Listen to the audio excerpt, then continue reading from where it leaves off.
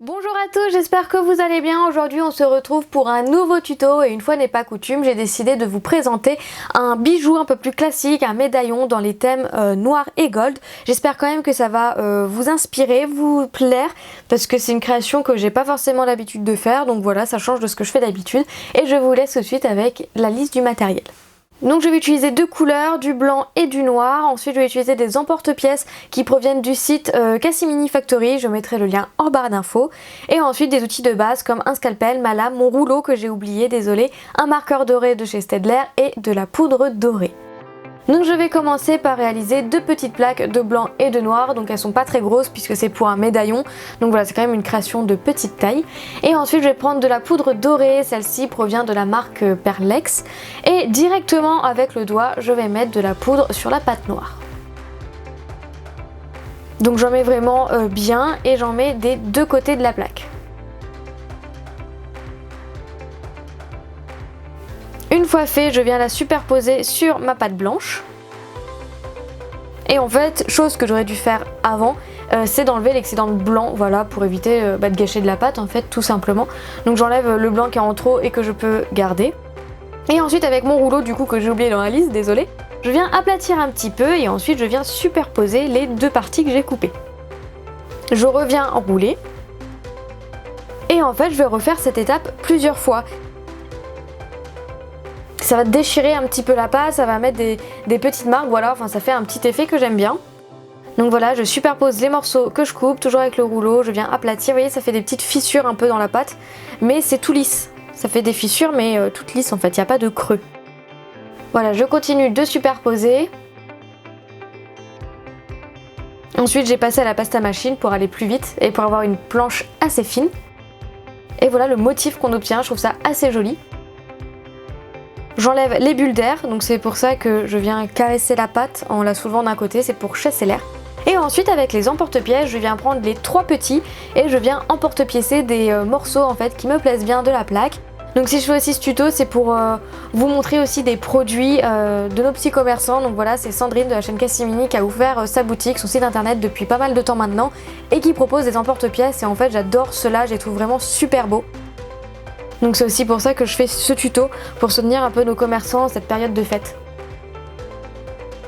Donc ensuite je prends les morceaux et je viens un petit peu les retravailler, donc voilà ce que ça donne. Et ensuite je viens prendre de la pâte noire que je viens aplatir au rouleau. Et cette fois-ci je prends l'emporte-pièce le plus grand, donc celui en forme d'ovale, et en fait ça va nous servir de support pour mettre les trois autres morceaux.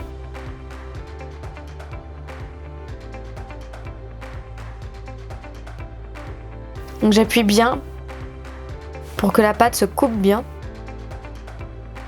Ensuite je vais retoucher au doigt si c'est nécessaire.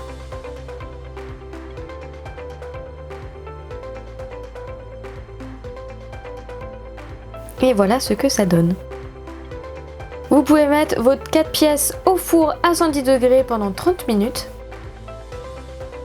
Et après la cuisson, en fait, je viens donner un petit peu plus de taille dorée à mes petites pièces. Donc pour ça, je prends mon marqueur doré de chez Staedtler, je regarde s'il fonctionne bien. Et ensuite, je viens mettre un trait doré tout autour de mes petites pièces. Et c'est mon moment préféré personnellement de ce tuto, je trouve ça tellement satisfaisant à faire. Si vous n'avez pas de marqueur doré, vous pouvez bien sûr utiliser de la peinture dorée, ça fonctionne tout aussi bien. Ce sera juste un petit peu plus long. Voilà, je fais tout le contour de la pièce.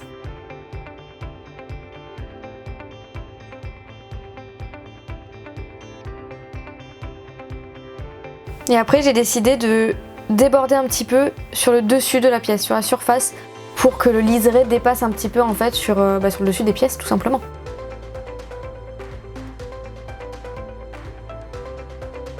Donc ça fait tout de suite un trait un petit peu plus épais.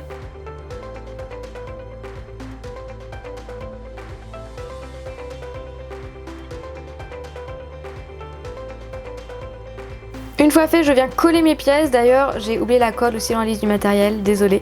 Donc voilà, j'utilise de la colle et je viens coller mes petites pièces sur ma grosse pièce.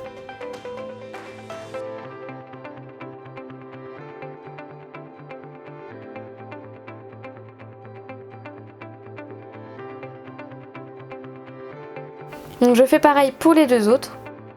Et si vous le souhaitez, avant que le marqueur sèche, vous pouvez passer un coup de vernis. Donc moi c'est ce que j'ai fait pour qu'en fait l'encre dorée se répartisse sur la totalité en fait des pièces, mais un peu sous forme de voile avec beaucoup d'opacité du coup puisqu'il est mélangé au vernis. Après si vous voulez garder des traits bien nets, vous n'avez plus qu'à attendre que ça sèche avant de vernir.